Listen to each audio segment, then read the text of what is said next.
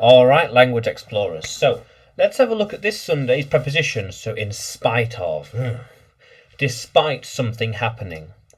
Despite something. Something bad might have happened, but we still continue despite what happened. Not going to stop us. Not going to stop us, yeah. How cool is that? Yeah. In spite of the bad news, we went there. So something happened, but did not stop us. We're still going. I like the weather in spite of the cold rain. In spite of the storm, we will still go. How cool is that? In spite of what they said, I will still do it.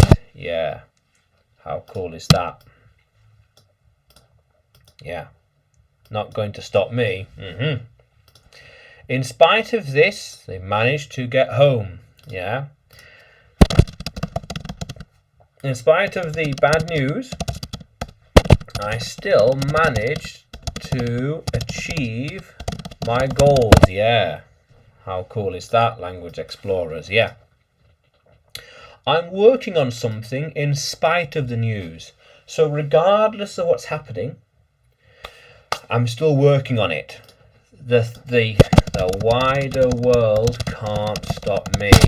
In spite of what they did, that will not stop me. Yeah.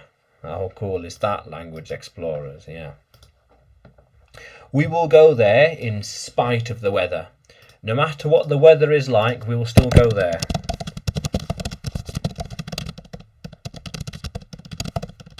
Yeah. How cool is that, language explorers? Yeah. In spite of the weather, I'll still travel. In spite of the rain, I'll still go swimming. Yeah. In spite of the rain, I will still go swimming. Yeah. How cool is that, language explorers? Yeah. So, yeah, in spite of, not going to stop me. Now, can you write in spite of in a sentence? Can you write it in the comments below? And like the video, subscribe to the channel. More videos to come, more lessons to come.